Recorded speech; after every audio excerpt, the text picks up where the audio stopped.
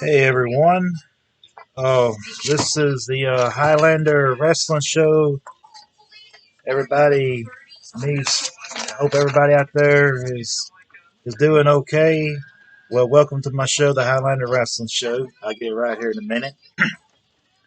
Oh, I've been.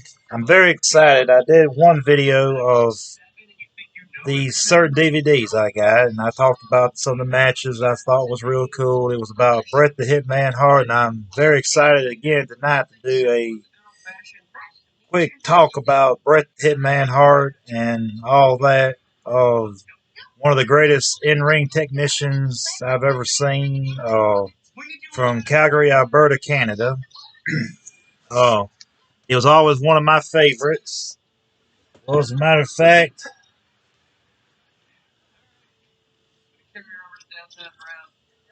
one of my Jack Pacifics I've had for years. Well, this is the second one I got because the one I had, one of his leg came off and you couldn't ever keep the thing on there, and I wound up losing it. But wife got me that one. She likes Bret the Hitman Hart too. But anyway, let's get started. Bret the Hitman Hart was born July the 2nd in 1957 in Calgary, Alberta, Canada. His his full name is Bret Sergeant Hart. Is how his. Well, hang on 1 minute. That does say Sergeant, right? That's how I would say Sergeant. Okay. I would say I figured that's how you would spell Sergeant. Bret Sergeant Hart. All right. Sorry, but I have to get some information, making sure I'm saying stuff right. He's he's got 4 children. He was a part of which I never understood what the big deal was. The Montreal screw job. I never really cared that much about that because that was just silly stuff in my opinion. I mean, it was all pretty much for a storyline basically. He had 2 actual ring names as a referee.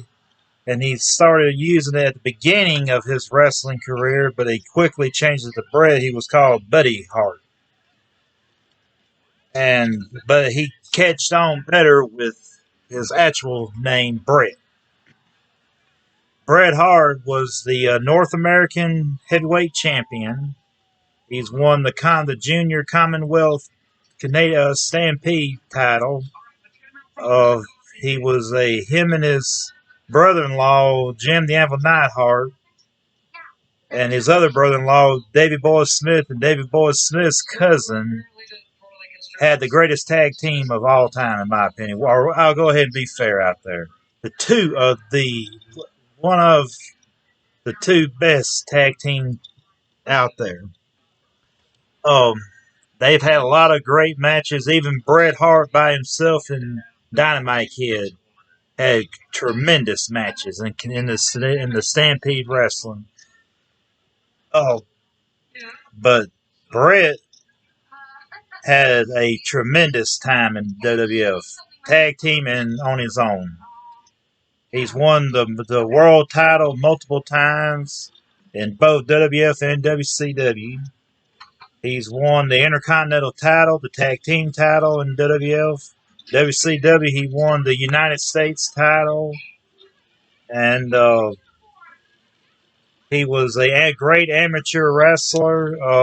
He has some of the biggest matches in WWF. He's had WrestleMania 9. He faced Yokozuna. WrestleMania 4. He was in the the Battle Royal for WrestleMania 4. And him and Bad News Brown, or a lot of people out there who watch Canadian Stampede Wrestling remember him also as Bad News Allen. Of course, they had the match, show, they was supposed to be, had some kind of cahoots together. And then Bad News Allen throws Bret Hart out, and Bret Hart comes back in the ring and tears up the trophy and everything. But Bret Hart's had a lot of great matches with Shawn Michaels, which the Shawn Michaels and Bret Hart matches, they were good. Of course, like I said, I love Bret the Hitman Hart, but they weren't his best moments, in my opinion. I mean, they were good. Don't get me wrong out there. They were good, but his greatest matches was like, well, even with Stone Cold Steve Austin, that they were good, but I wouldn't call them his best matches ever.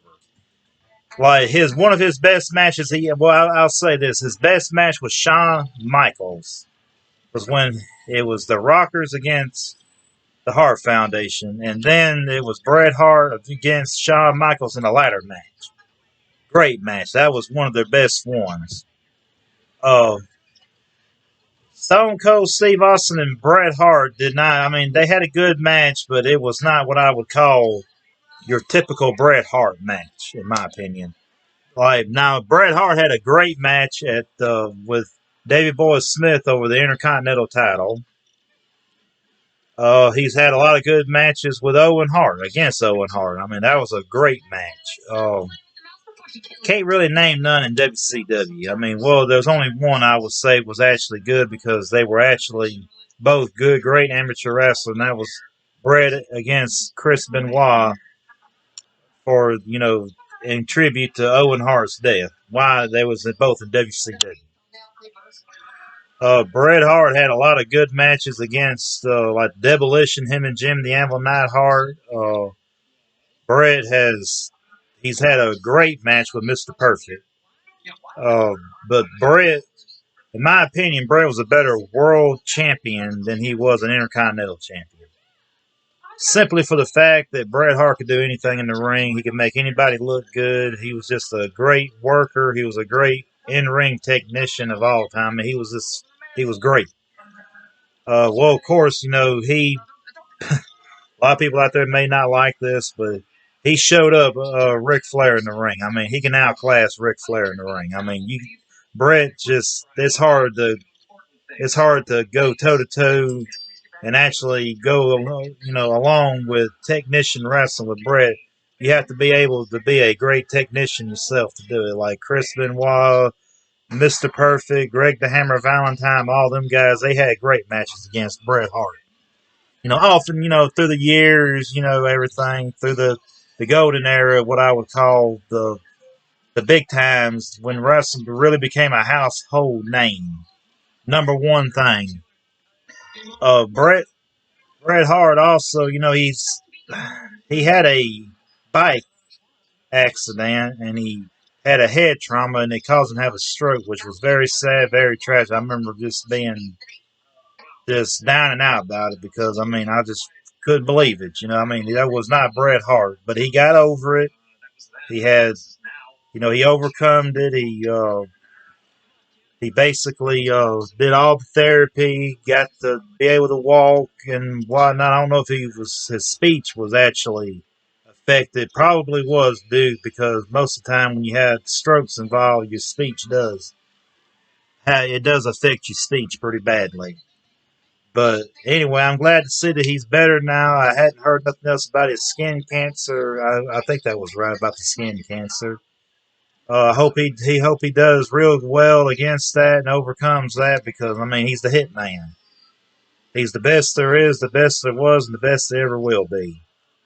And Bret will, just always go down as one of the greatest in-ring technicians of all time.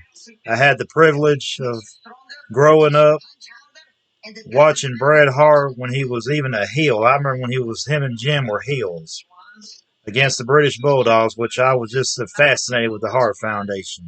I just drew to Bret Hart because of the things he could do in the ring. He was just cool to watch. And through the years, I just became even more bigger of a fan of Bret Hart. But Bret, I hope one day I will eventually figure out a way where I could actually meet the man. Wouldn't know what to say or do if I did.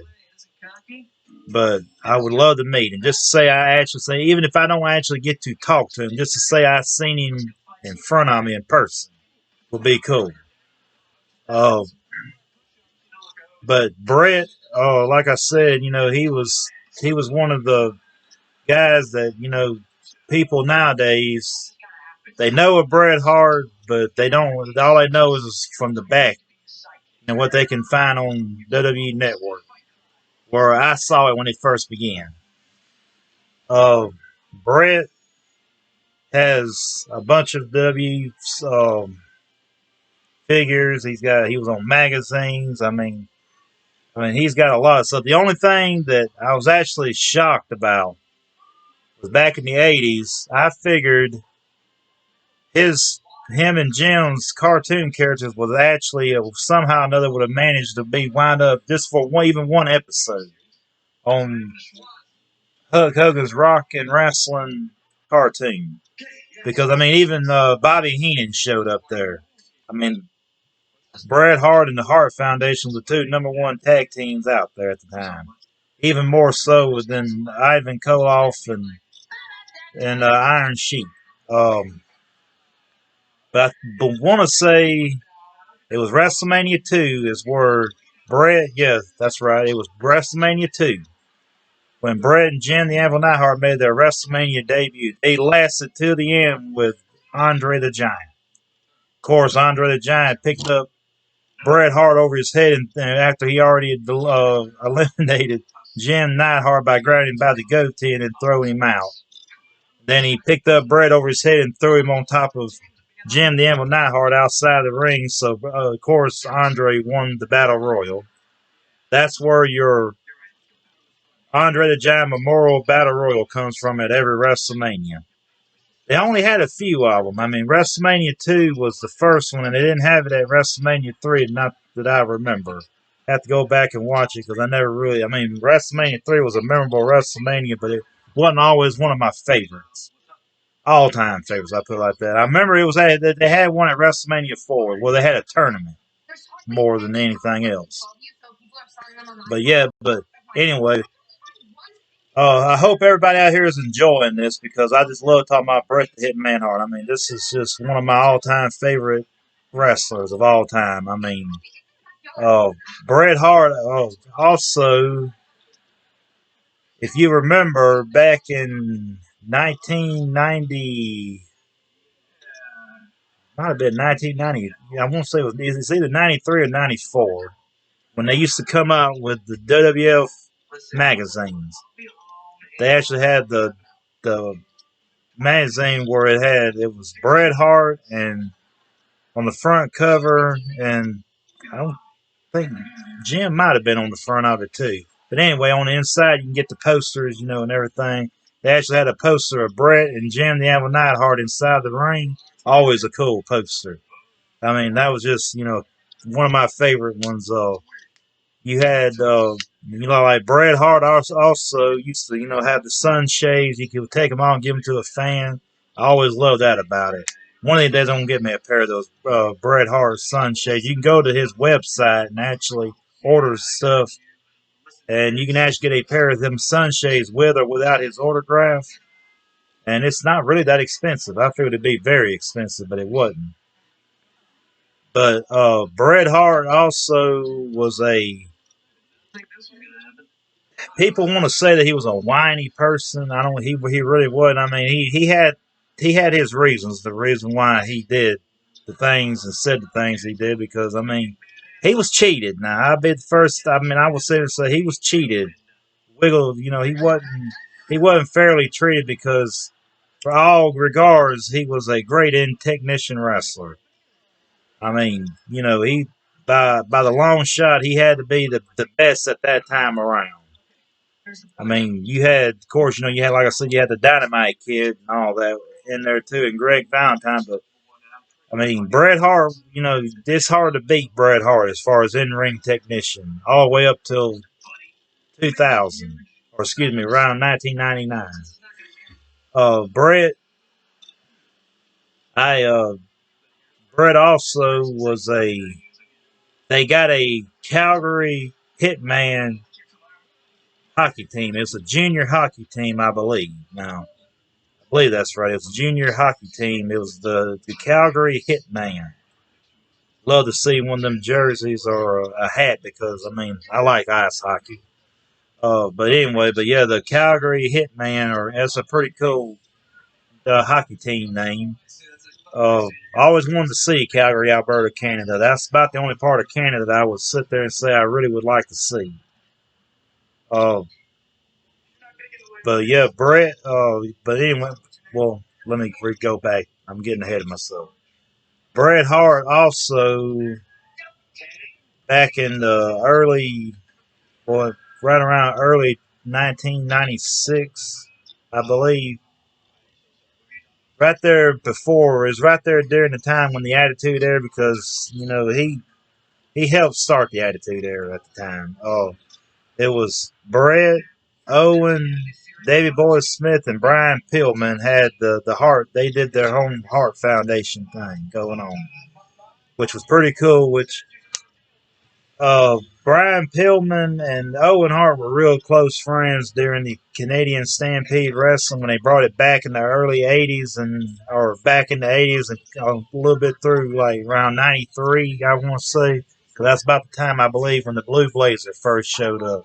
Well, no, actually, the Blue Blazers showed up around I think 1989. But anyway, it was in that particular facility. But Bret Bret Hart, when he first came into WWF, he didn't have Jim the Anvil Knight Hart. They was actually wanting to make him out of a cowboy Bret Hart.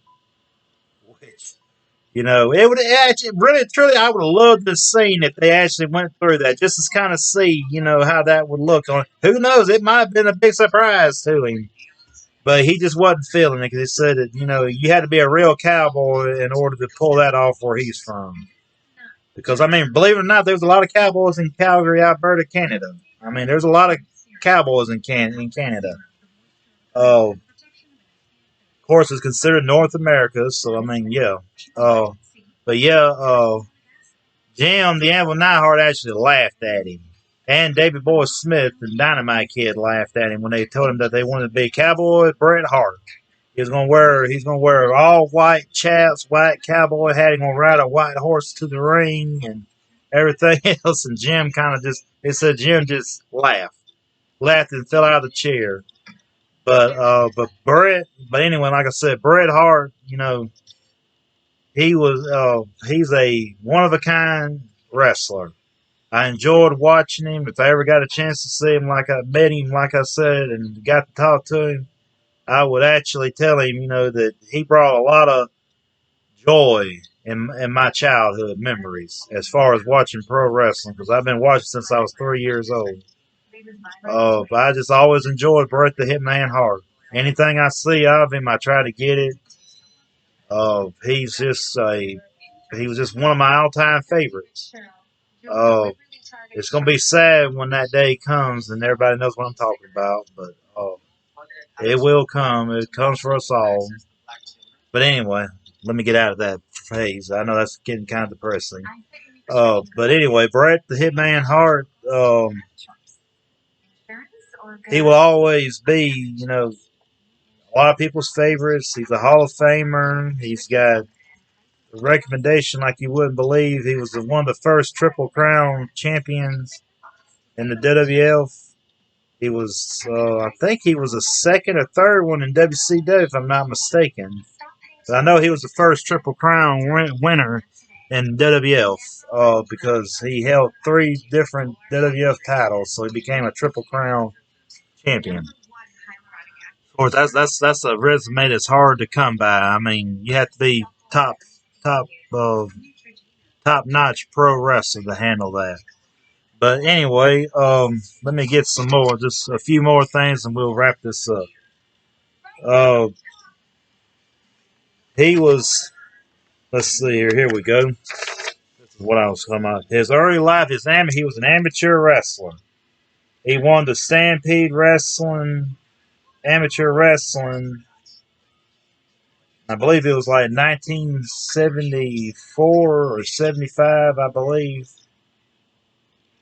Oh, let me see. Let me make sure here. Let me read this right here. Make sure I got, yeah. Okay. But anyway, I'm not going to go right there. He entered the Stampede Wrestling in 1976 to 1984.